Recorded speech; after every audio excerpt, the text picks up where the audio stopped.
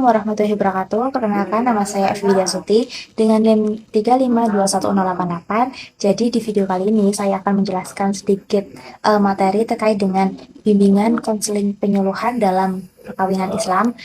Jadi untuk yang pertama itu ada pengertian perkawinan. Jadi dalam bahasa Indonesia, perkawinan berasal dari kata kawin yang berarti membentuk keluarga dengan lawan jenis, melakukan hubungan kelamin atau bersetubuh. Perkawinan itu juga bisa disebut dengan pernikahan.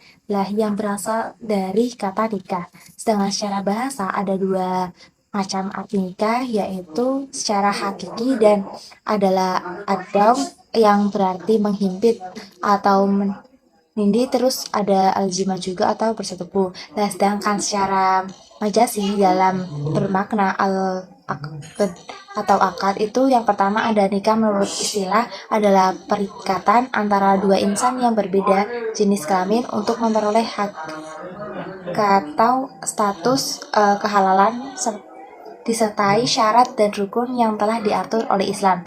Nah, yang kedua itu dapat disimpulkan bahwa perkawinan adalah ikatan suci antara seseorang pria dan seorang wanita yang diakui secara hukum dan dilakukan dengan tujuan untuk membentuk keluarga yang bahagia dan sejahtera. Nah, perkawinan juga merupakan salah satu cara untuk mempertahankan keturunan dan memperkuat hubungan sosial antara individu dan kelompok.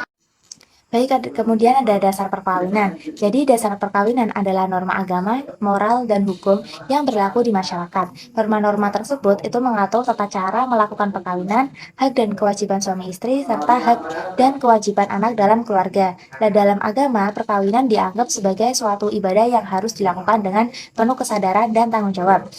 Dasar inilah yang menjadi pokok untuk pemilihan dalam pernikahan. Kemudian ada tujuan perkawinan. Di sini tujuan perkawinan yaitu untuk membentuk keluarga yang bahagia dan sejahtera, mewujudkan kehidupan rumah tangga yang sakinah, mawadah, dan warahmah, memperkuat hubungan sosial antara individu dan kelompok, serta mempertahankan keturunan. Dalam keluarga, suami dan istri memiliki hak dan kewajiban yang sama dalam membangun rumah tangga yang harmonis dan saling mendukung. Kemudian yang selanjutnya ada hukum perkawinan. Di sini hukum perkawinan itu diatur dalam Undang-Undang Nomor 1 Tahun 1974 tentang perkawinan yang berbunyi bahwa perkawinan ialah ikatan lahir batin antara seseorang pria dan seorang wanita sebagai suami istri dengan tujuan membentuk keluarga atau rumah tangga yang bahagia dan kekal berdasarkan ketuhanan yang Maha Esa. Hukum ini juga mengatur tentang tata cara melakukan perkawinan, persyaratan perkawinan, hak dan kewajiban suami istri dalam keluarga. Dalam hukum perkawinan dianggap sebagai suatu perjanjian yang sah dan mengikat antara suami dan istri. Untuk selanjutnya itu ada perkembangan dewasa dan lansia. Di sini dewasa berasal dari bahasa Latin yaitu adultus yang berarti tumbuh menjadi kekuatan dan ukuran yang sempurna atau telah menjadi dewasa. Nah, seseorang dikatakan dewasa adalah apabila dia mampu menyelesaikan pertumbuhan dan menerima kedudukan yang sama dalam masyarakat atau orang dewasa lainnya. Sementara seseorang dikatakan dewasa apabila telah sempurna pertumbuhan fisiknya dan mencapai kematangan psikologis sehingga mampu hidup dan berperan sebagai bersama-sama orang dewasa lainnya. Tugas perkembangan dewasa ini membatasi masa remaja yang berkisar usia 12-20 tahun, yakni sampai selesainya pertumbuhan fisik dan sudah mencapai kemampuan reproduksi. Kemudian memasuki usia dewasa yang sudah memiliki kematangan baik dari pertumbuhan fisik dan psikis yang ditandai dengan kematangan dan kekuatan mental, kemampuan berpikir, kemampuan dalam memahami, dan kemampuan dalam mengenyang. Kemudian ada pendekatan BKP dewasa dan lansia. Di sini itu pendekatannya menggunakan teknik SFBT atau Solution Focused Brief Therapy yang merupakan konseling yang berfokus pada sosial dan hanya memerlukan waktu yang singkat sehingga efektif dalam memecahkan permasalahan. Metode yang dilakukan konseling ini adalah dengan menggali informasi mengenai masa depan yang diinginkan dan potensi yang ada dalam diri konseling. Menurut tokoh yaitu Gingrich SFPT atau Solution Focused Brief Therapy ini merupakan terapi yang fokus terhadap solusi sehingga dapat mencapai target yang diinginkan serta mengesampingkan pikiran konseling tentang masalah yang sedang dialami, dan terapi ini juga dilakukan dengan waktu yang singkat sehingga konselor itu hanya terkait dengan konseling pada saat proses konseling saja dan akan selesai ketika masalah telah terpecahkan. Nah, hal tersebut sejalan dengan ilustrasi yang dikemukakan oleh De Sager bahwa solusi diibaratkan sebagai kunci dan masalah diibaratkan sebagai pintu yang terkunci. Nah, dari ilustrasi tersebut dapat disimpulkan bahwa kita harus menemukan cara atau kunci agar pintu dapat terbuka tanpa memikirkan kenapa pintu itu dapat terkunci. Perkembangan perilaku terdiri dari pribadi sehat dan pribadi bermasalah. Adapun yang dimaksud dengan pribadi sehat itu merupakan pribadi yang sanggup membuat suatu solusi untuk sebuah masalah yang sedang dihadapi sehingga pribadi tidak fokus kepada permasalahan tapi lebih fokus pada solusi dan action untuk memecahkan sebuah permasalahan. Kemudian yang pribadi bermasalah itu merupakan pribadi yang tidak mampu atau lemah untuk membuat sebuah solusi agar permasalahan yang dihadapi cepat selesai. Kondisi ini individu akan merasa bahwa permasalahan yang ada di hidupnya merupakan kesalahannya sendiri sehingga akan berfokus pada permasalahan bukan berfokus pada solusi. Untuk selanjutnya itu ada jenis perkawinan. Di sini jenis perkawinan itu ada banyak. Perkawinan sendiri itu kan merupakan ikatan resmi antara dua orang yang diakui oleh hukum dan masyarakat. Berikut ada beberapa penjelasan jenis perkawinan. Yang pertama itu ada nikah mut'ah. Di sini nikah mut'ah itu merupakan akad yang dilakukan oleh seseorang laki-laki terhadap perempuan dengan memakai lafaz tamatu istimta sejauh atau sejenisnya. Ada yang mengatakan nikah mut'ah disebut juga kawin kontrak atau mu'akad dengan jangka waktu tertentu atau tidak tertentu tanpa wali maupun saksi.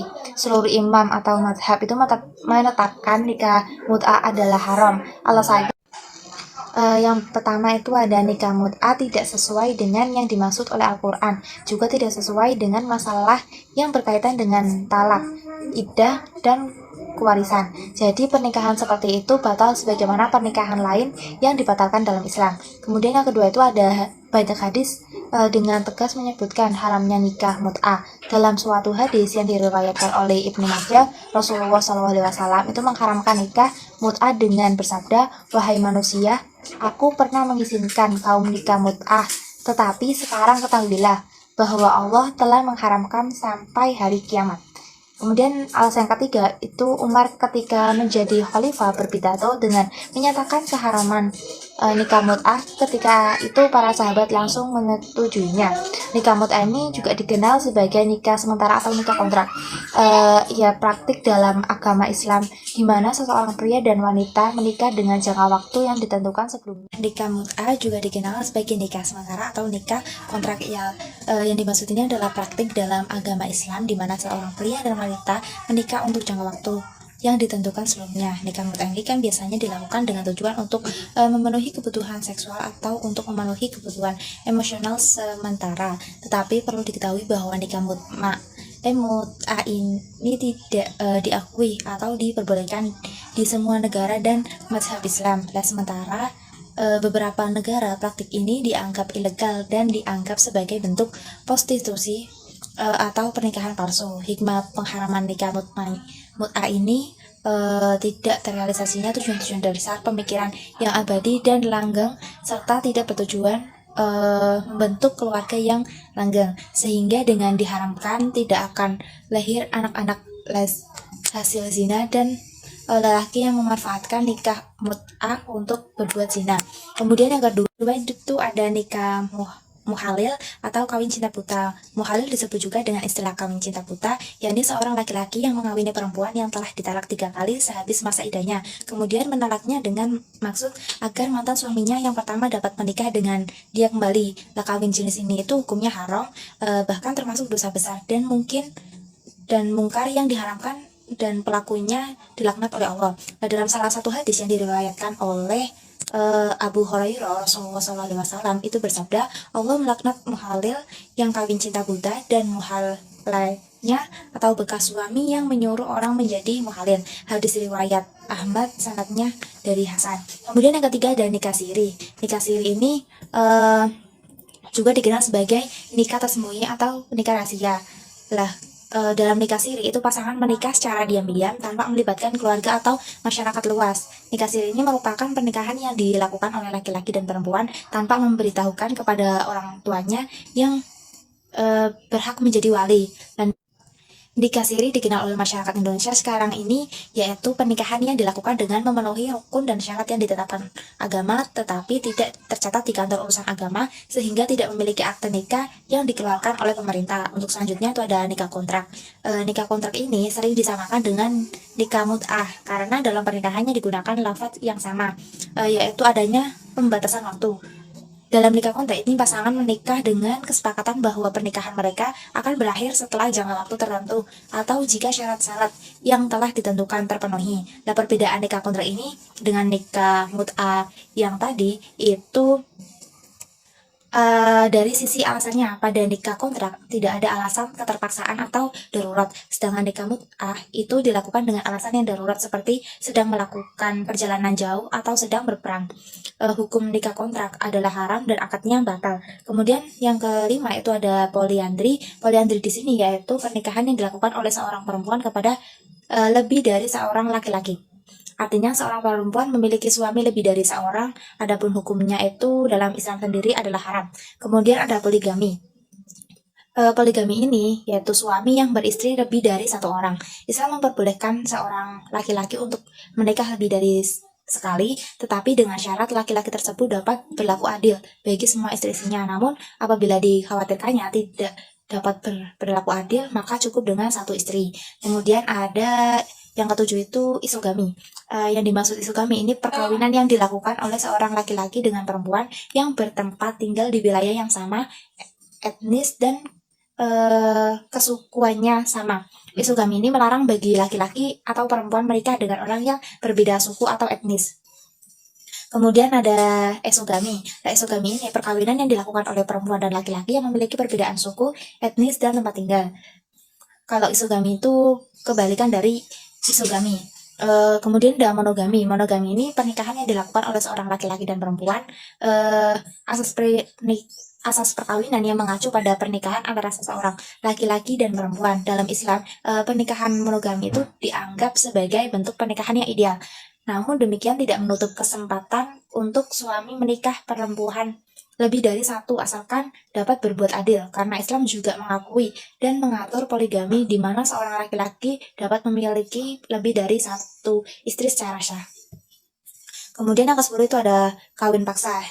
Ini seorang perempuan atau laki-laki dengan cara dipaksa oleh orang tuanya atau walinya dengan pasangan pilihan walinya.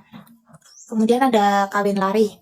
Untuk kawin lari ini itu dengan maksudnya perkawinan yang dilakukan oleh seorang laki-laki dengan seseorang perempuan karena tidak direstui oleh orang tuanya, baik oleh orang tua laki-laki maupun perempuannya.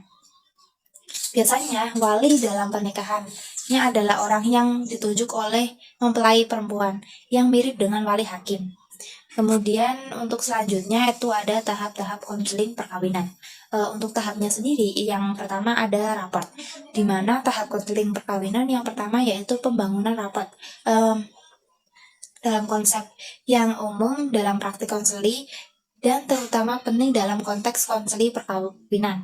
Ahli yang banyak mengemukakan konsep ini adalah Carl Rogers, seorang psikolog humanistis yang mengembangkan teori terapi kepribadian yang berpusat pada klien.